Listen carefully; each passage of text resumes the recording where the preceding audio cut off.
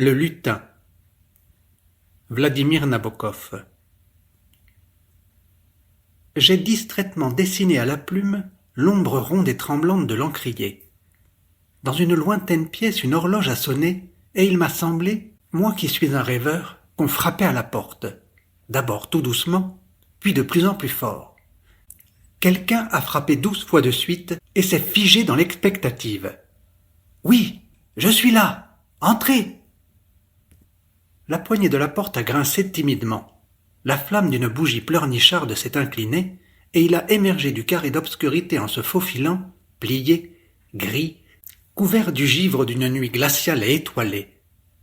Je connaissais son visage. Ah, il y a longtemps que je le connaissais. Son œil droit était encore dans l'ombre. Le gauche, allongé, vert cendré, me regardait craintivement. La pupille rougissait comme un point de rouille. Et cette touffe grise émoussue sur la tempe, ce sourcil blanc argenté, à peine visible, ce sillon amusant près de la bouche sans moustache, comme tout cela taquinait, ravivait confusément ma mémoire.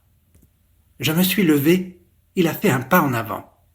Son piètre manteau n'était pas boutonné convenablement, comme celui d'une femme. Il tenait dans sa main un bonnet. Non, un baluchon sombre, mal noué. De bonnet, il n'en avait point. Oui, je le connaissais bien sûr. Je l'avais même aimé sans doute. Seulement voilà, je ne pouvais d'aucune façon me représenter où et quand nous nous étions rencontrés. Et nous nous rencontrions certainement souvent. Sinon, je ne me serais pas souvenu si nettement de ses lèvres d'un rouge d'érel, de ses oreilles pointues, de cette amusante pomme d'Adam. Avec un grommellement de bienvenue, j'ai serré sa main légère et froide. J'ai poussé le dossier d'un fauteuil fatigué. Il s'est assis comme une corneille sur une souche, et s'est mis à parler précipitamment.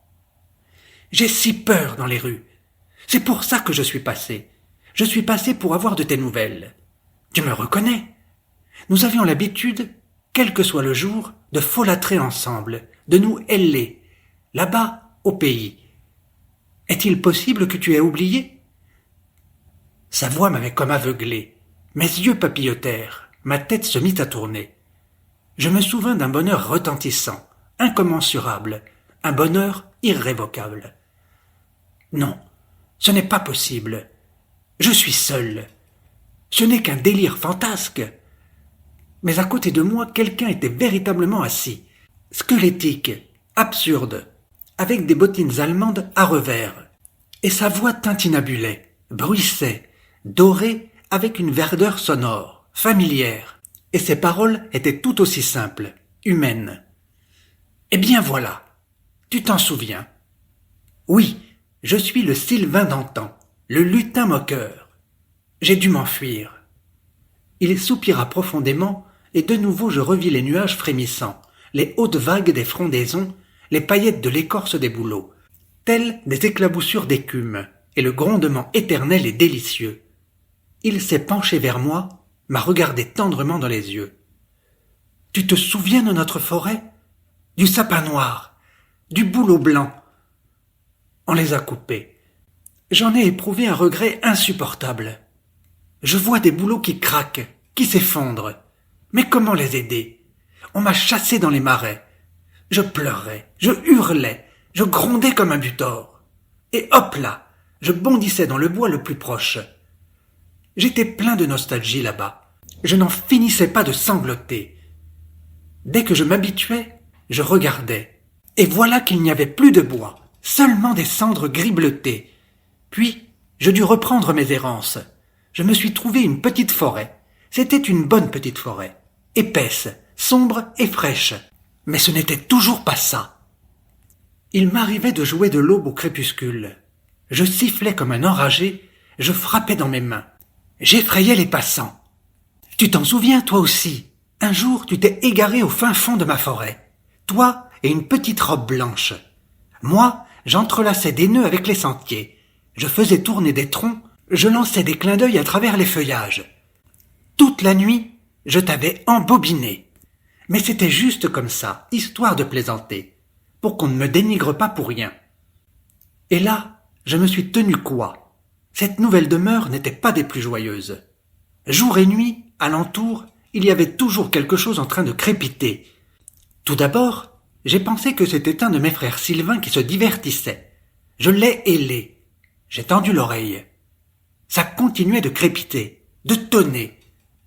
Non, ce n'était pas notre genre. Une fois, à la tombée du soir, j'ai bondi dans une clairière. Je vois des gens couchés, les uns sur le dos, les autres sur leur bedaine. Bon, je me suis dit, je vais les réveiller, les houspiller. Je me suis mis à secouer des branches, à leur tirer dessus avec des pommes de pin, à faire du bruit, à brailler.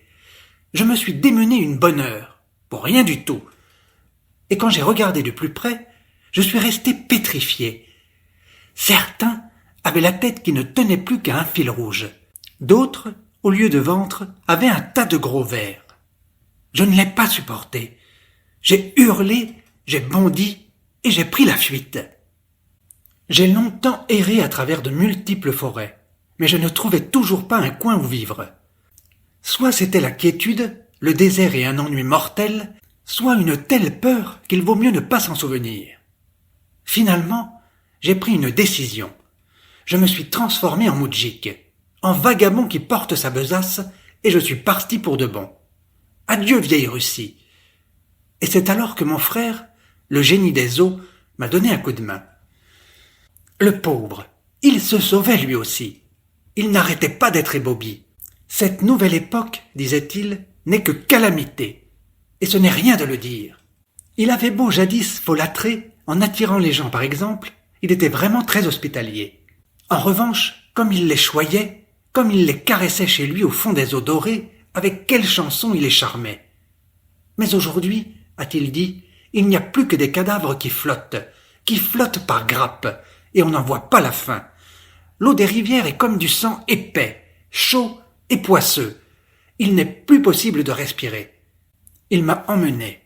Lui-même, il s'en allait rouler sa bosse vers la mer lointaine, et il m'a déposé en chemin sur une petite berge embrumée. « Va-t'en, frère, trouve-toi un petit buisson. » Je n'ai rien trouvé, et me voilà ici, dans cette ville en pierre, étrangère et effrayante.